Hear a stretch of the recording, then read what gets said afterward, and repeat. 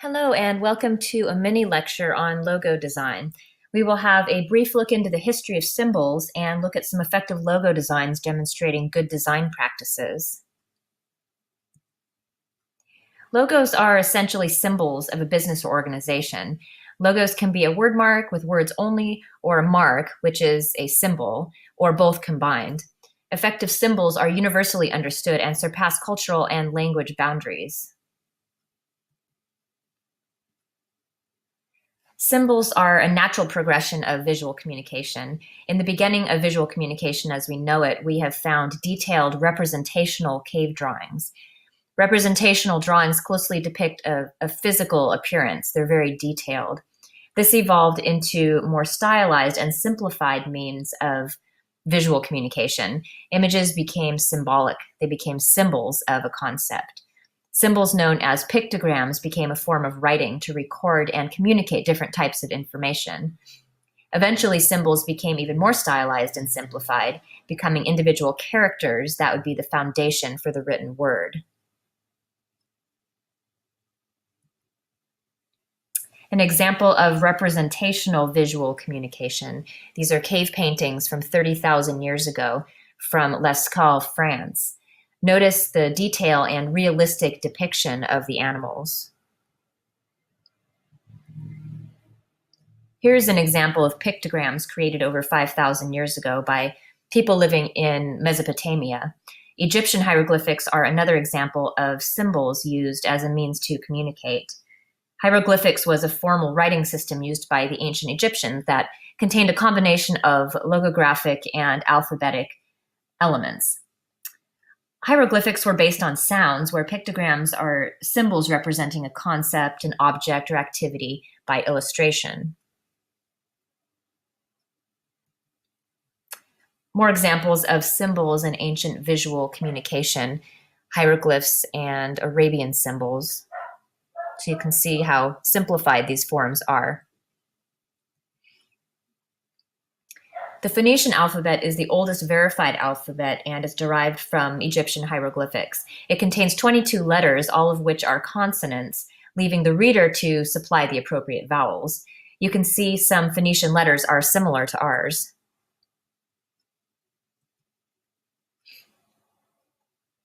Here you can see symbols still used today as universally understood signage. Logos can be seen as symbols as well, simplified representations of an idea or a company. Successful branding of a logo will make it recognizable without color and even if part of it's hidden, as in this example. Pause your video and try to identify these well-known logos.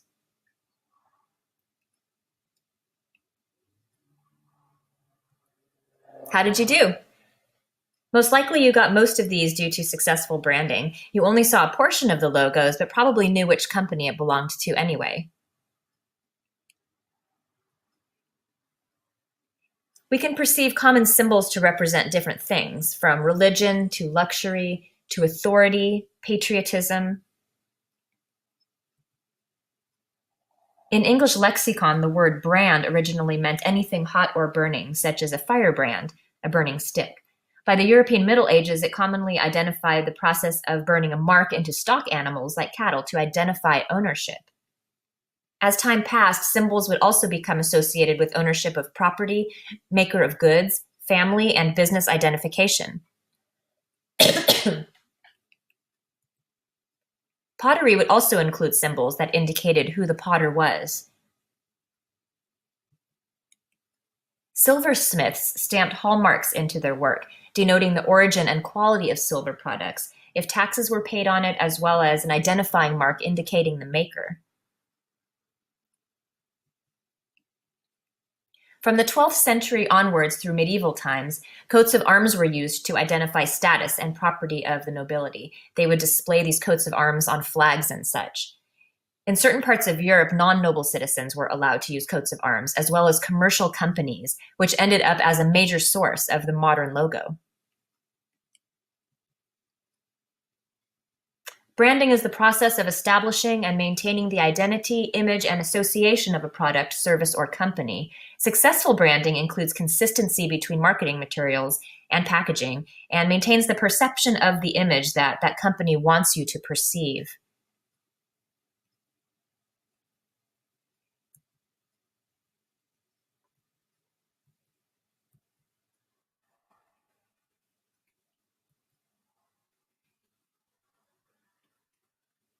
Registered trademarks differ from non-registered logos because they are legally registered through the U.S. Patent and Trademark Office. You can use TM on any mark that you wish to designate as a trademark. No registration is required, and in most states, this will actually give you some common law trademark rights. Copyright refers to intellectual works, poems, lyrics, sheet music, etc.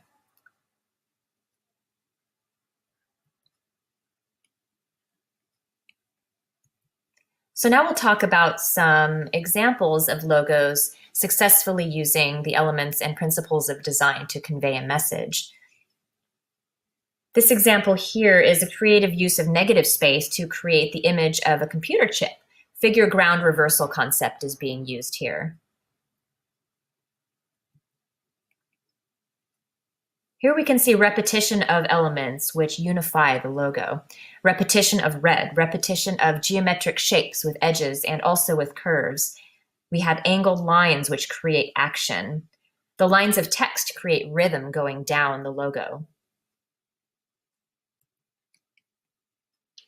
Use of scale here provides a faraway perception to the elements that are supposed to be in the back. Asymmetrical balance makes it interesting and evokes movement and energy with this logo.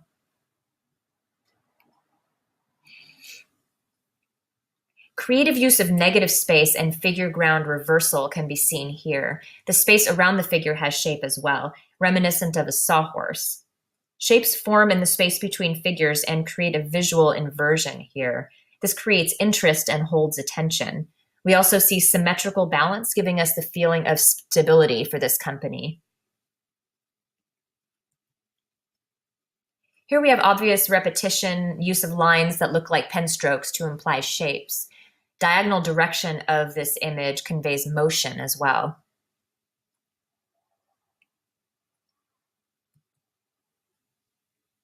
Here, asymmetry makes for an interesting layout. The shapes overlap and the sun is in close proximity, creating unity and almost looks like two hands holding the sun or maybe playing catch. The blue shape on the right also looks like waves, and the red is reminiscent of Worm City buildings. This design looks childlike and simplistic with the primary colors and its cut-out appearance. Perhaps the goal was to make LA seem kind of innocent and playful for families. So coming up on our last logo here, this is Rooster's Bar and Grill. Notice the use of warm, inviting colors, the reds and the yellows. This color scheme is called the ketchup and mustard theory, and it's commonly used for restaurant logos.